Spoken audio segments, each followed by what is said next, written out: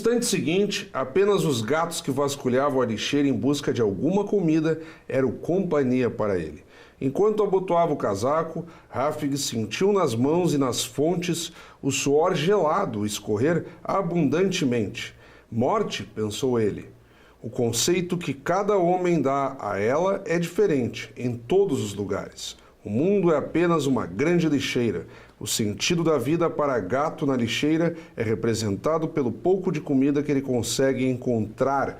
Esse é um dos trechos do romance A República dos Inocentes, obra recentemente lançada aqui em Caxias do Sul pelo escritor Vanderlei Francisco Silva, que nos brinda com a sua presença.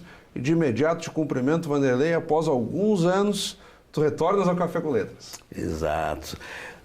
Bom dia, gente. Normalmente eu me recolho mesmo, após o lançamento de um livro eu dou uma recolhida. Uhum. E agora, a República que foi... nasceu no meio de todo esse conflito político, social que a gente vive. Então, a República dos Inocentes, ela foi escrita durante esse período mais turbulento. Então, os fatos, eles foram surgindo gradativamente conforme os acontecimentos. Quando tu falas período mais turbulento, estás te referindo a qual período? Esse nosso período de impeachment, troca de governo, é golpe, não é golpe, essa coisa toda em que o brasileiro se reposicionou.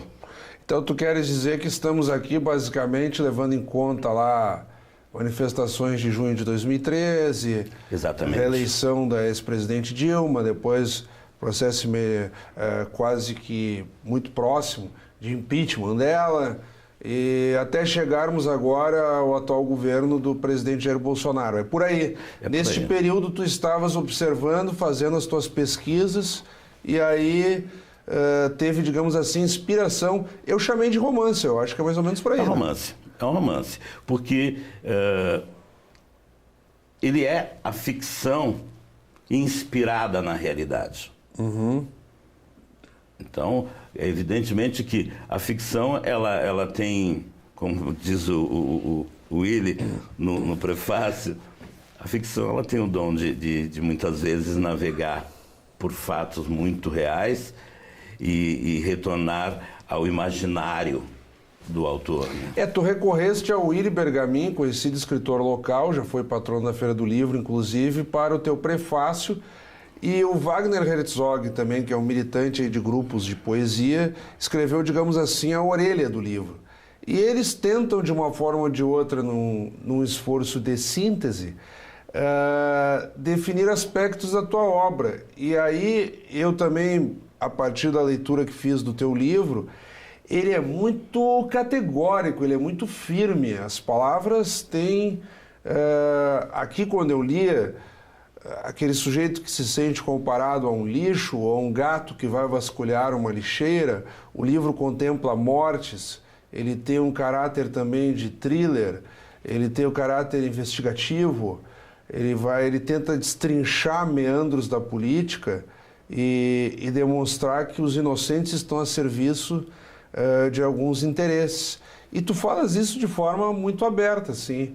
Há um vocabulário muito pesado. Não quero dizer no sentido de palavrões, não é por aí, mas no sentido de revelação. Tu não estás muito preocupado em ocultar os termos. Aquilo que tem que ser dito é colocado com firmeza e de forma explícita.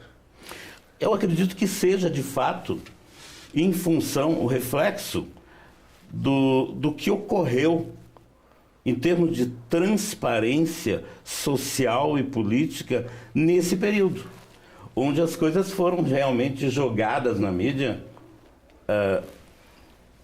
da forma com que elas nasciam, da forma com que elas eram descobertas ou encontradas em cada meio. Elas eram levadas através mesmo da rede social, elas eram levadas diretamente ao público na sua crueza. Eu sempre fui um adepto dessa transparência literária, de que é bonito você fantasiar, mas quando você fantasia muito,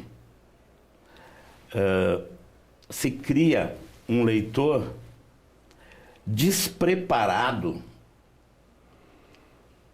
para a vida real. Ou seja, você quer que o leitor entre num clima, basicamente. Exatamente.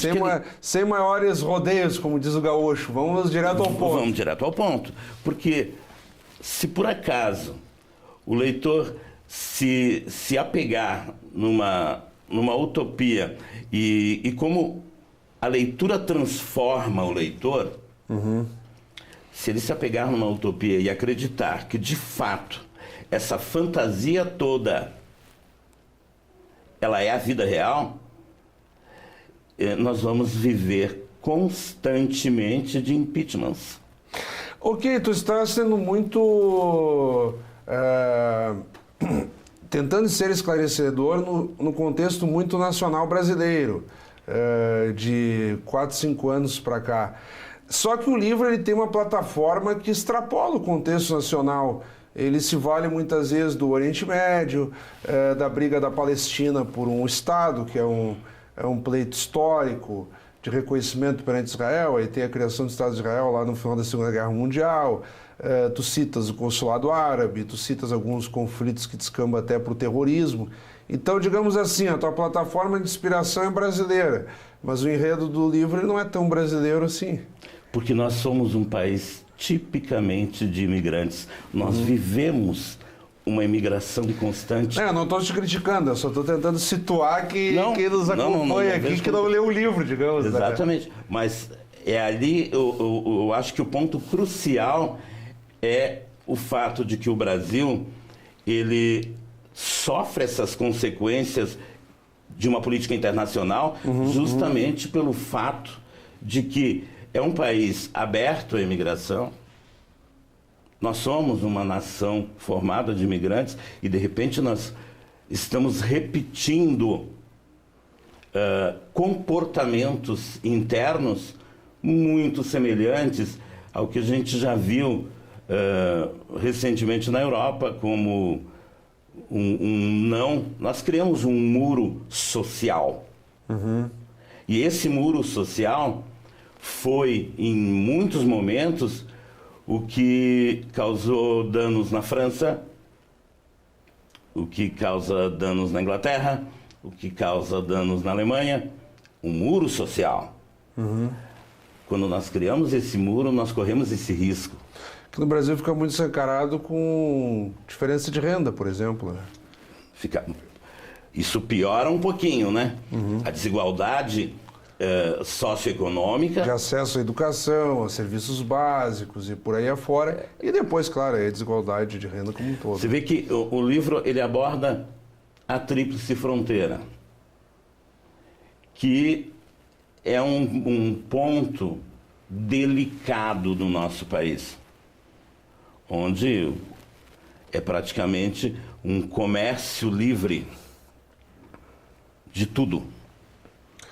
E aí tu está se referindo a espaço lá da Amazônia, lá pelo norte, espaço aéreo, espaço terrestre, portos, a fiscalização. O nosso contexto de divisa, ele é vulnerável. A imigração, nada contra o imigrante, pelo contrário, o imigrante está aí. Ele vai se defender dentro do contexto e da realidade dele, mas ele acaba sendo absorvido por essa multicultura brasileira. Então, a multicultura brasileira, ela é acolhedora. Até aqui, Vanderlei, nós estamos muito mais preocupados em ilustrar e nos valer das tuas inspirações para a obra, mas não entramos tanto no enredo. Eu ainda citei alguma exploração da história no sentido do conflito Israel e mundo árabe, que sempre está na ordem do dia. A propósito, tínhamos um presidente anterior, Michel Temer, de ascendência libanesa, árabe. Hoje, o presidente Bolsonaro muito simpático a Israel, com relações muito abertas, não só no campo diplomático e político, mas de forma pessoal, ele demonstra uma simpatia muito grande pelas autoridades israelenses. Então, essa pauta ela nunca sai da ordem do dia. Mas adentrando no enredo e sem cometer aqueles spoilers, é sempre muito difícil no programa quando temos que abordar romances, porque volta e meia algum ponto é entregue. É entregue. O que nós podemos deixar assim como... como é que eu vou dizer? Aquela degustação, em que o sujeito não vai tomar o vinho inteiro, ele só vai saborear uma meia taça. O que nós podemos apresentar, Vanderlei, que tu consideres relevante, não da estrutura de enredo e de inspirações, isso nós estamos falando, mas da mecânica da história em si mesmo? A mecânica da história. Trata-se de um personagem palestino que, por circunstâncias pessoais, acaba tendo que vir morar na Tríplice Fronteira. Ele tem um gosto particular pelo rugby. Então, ele, como jogador de rugby, encontra mais respaldo na própria Argentina do que no Brasil. Envolve-se num romance com uma secretária de um senador brasileiro, e por aí a história dele toda começa a desenrolar. Na realidade, ela, nesse emaranhado todo, é ela que leva ele aos porões do crime brasileiro. Né? Então, ela acaba levando. Ele só é um jogador de rugby. Me perguntaram por que não era um jogador de futebol. Comum demais para os dias de hoje, né? Então, ele só é um jogador de rugby. E isso te deu algum trabalho, porque tu tivesse que pesquisar alguns dos vocabulários, dos termos, da prática estão rugby, aqui contemplados, né? Rugby.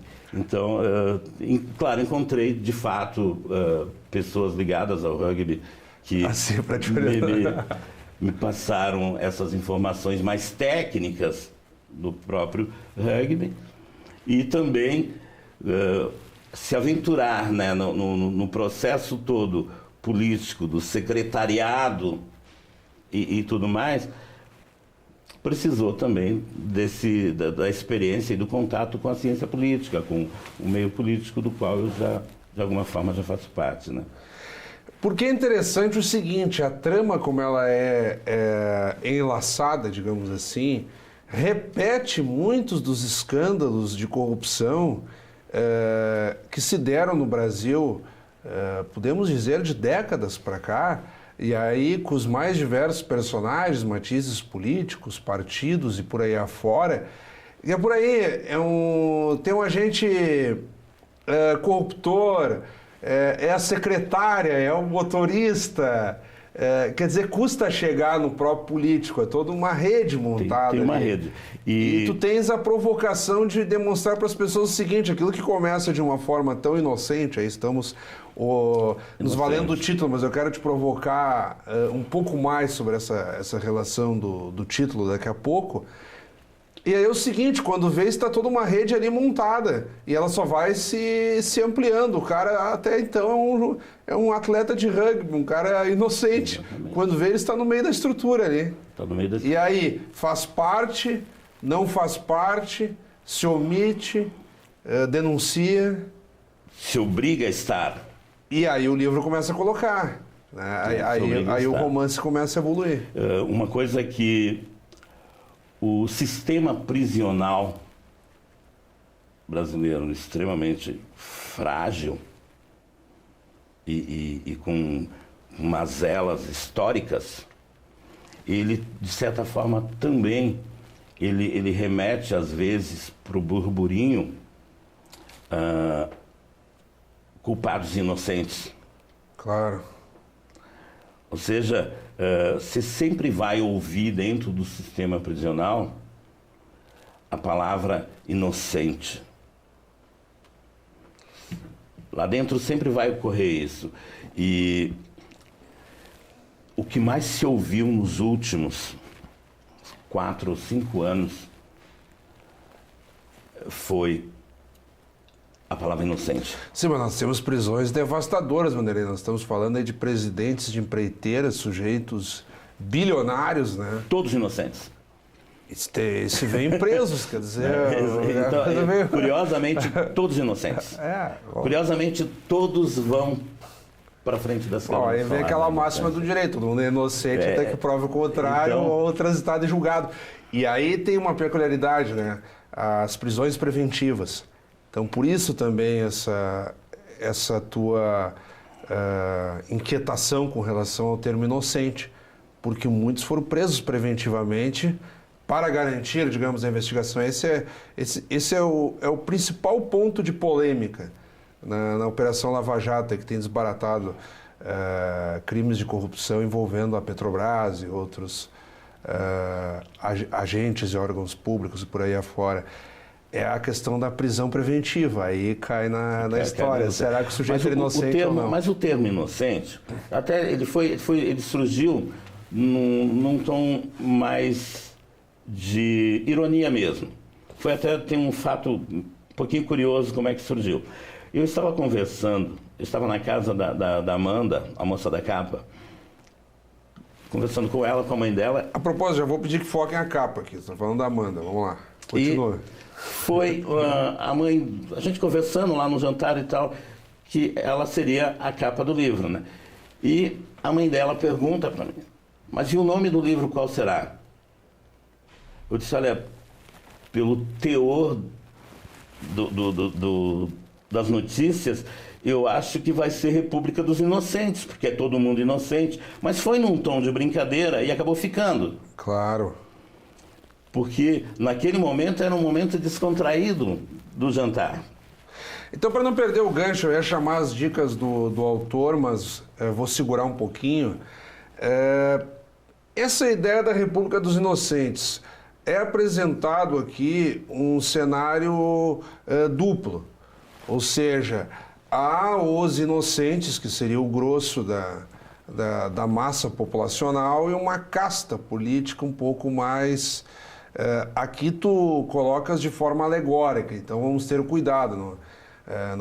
Não se está aqui dizendo que todos os políticos são corruptos, que todos os políticos não sei o quê. Mas enfim, é colocado uma casta política, digamos, um pouco mais esperta, um pouco mais afeita à operacionalização do sistema, e o grosso da população, entre aspas, inocente.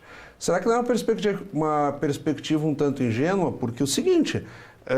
o político, ele foi, entre aspas, inocente, ele teve que se eleger. Então, e aquelas pessoas que estão ali, daqui a pouco, ainda não tiveram oportunidade, como tu mesmo colocas aqui no romance. Daqui a pouco o sujeito é inocente porque ele não está participando do contexto. Na medida em que ele é colocado, bom, aí ele perde a inocência. Aí surge a prova de fogo, se ele vai se manter inocente ou se ele vai se posicionar. Eis o turbilhão de fatos que leva o simples jogador de rugby se tornar o centro das atenções num movimento e num ato que rege toda uma máquina. De um inocente seduzido ao centro das atenções.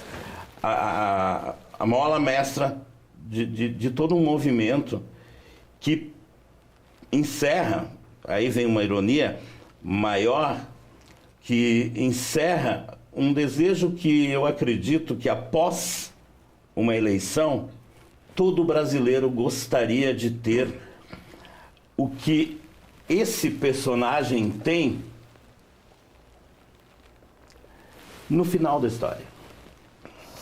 O brasileiro comum, no final de uma eleição, gostaria de ocupar o privilégio que esse personagem tem no final da história. Bom, aí começam a surgir os arrependidos, né? Ele gostaria muito de estar lá, todo brasileiro comum. Se bem que nos regimes parlamentaristas eles fazem o tal do recall lá, que se o gabinete não cumpre com as expectativas, em questão de meses é derrubado e no próprio parlamento se reorganiza um novo gabinete. Um novo primeiro-ministro. que no regime presidencialista é aquela situação, olha, vamos manter a estrutura democrática, não é bem assim para derrubar um presidente e tal. Então, o sujeito se arrepende, mas tem que esperar 4 anos, digamos assim. O que ocorre com o suposto inocente no regime parlamentarista, o suposto inocente no regime republicano e o suposto inocente no sistema prisional são ações diferentes. No sistema prisional, só o motim dá voz ao suposto inocente. Nós tivemos recentemente o quê? Uma matança geral que é sabido é o remanejamento interno das lideranças no sistema prisional. Vanderlei, te interrompendo, que estamos um pouquinho atrasados aqui na dinâmica do Café com Letras. De imediato eu já chamo as dicas do autor, roda a vinheta aí.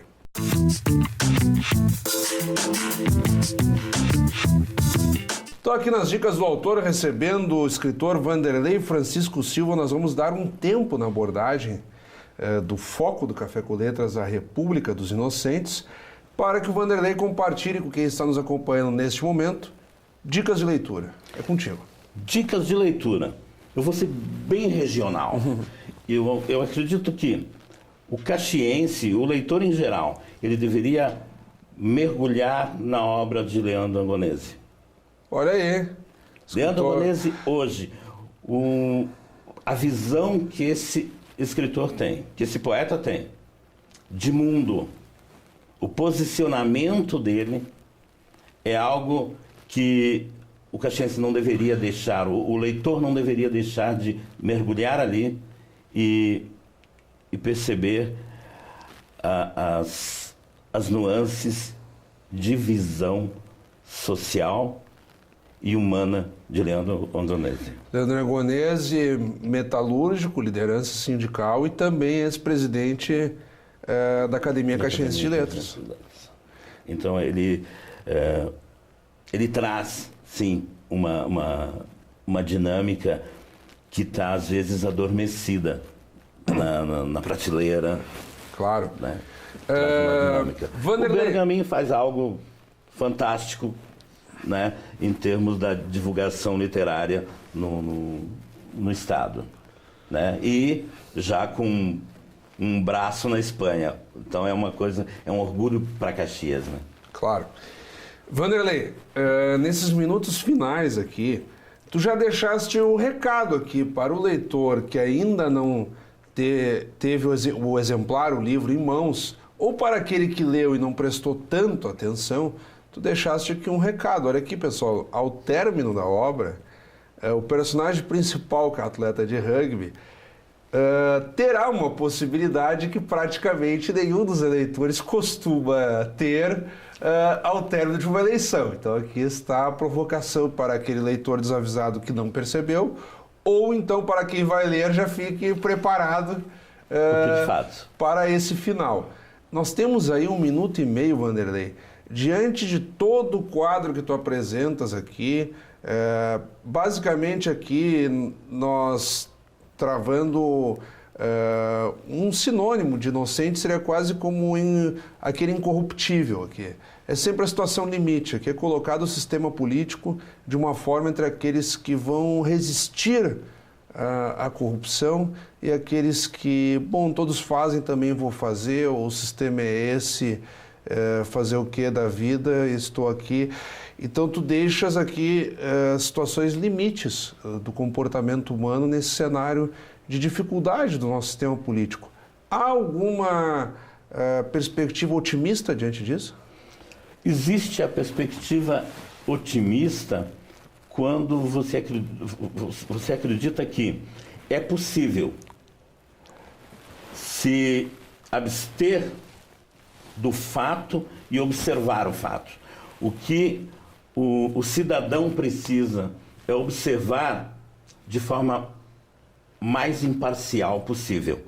Se as autoridades não estão conseguindo ser imparciais, que o cidadão seja imparcial. Porque quem julga a parcialidade é só quem consegue ser imparcial. Muito bem. Acho que é uma ótima frase para encerrar o programa. Quero te agradecer imensamente.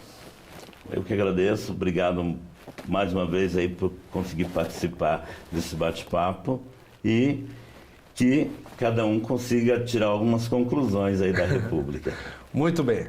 Acabamos de conversar então com o escritor Vanderlei Francisco Silva, ele que nos brindou com seu mais recente romance, A República dos Inocentes. Dica de leitura do Café com Letras desta semana.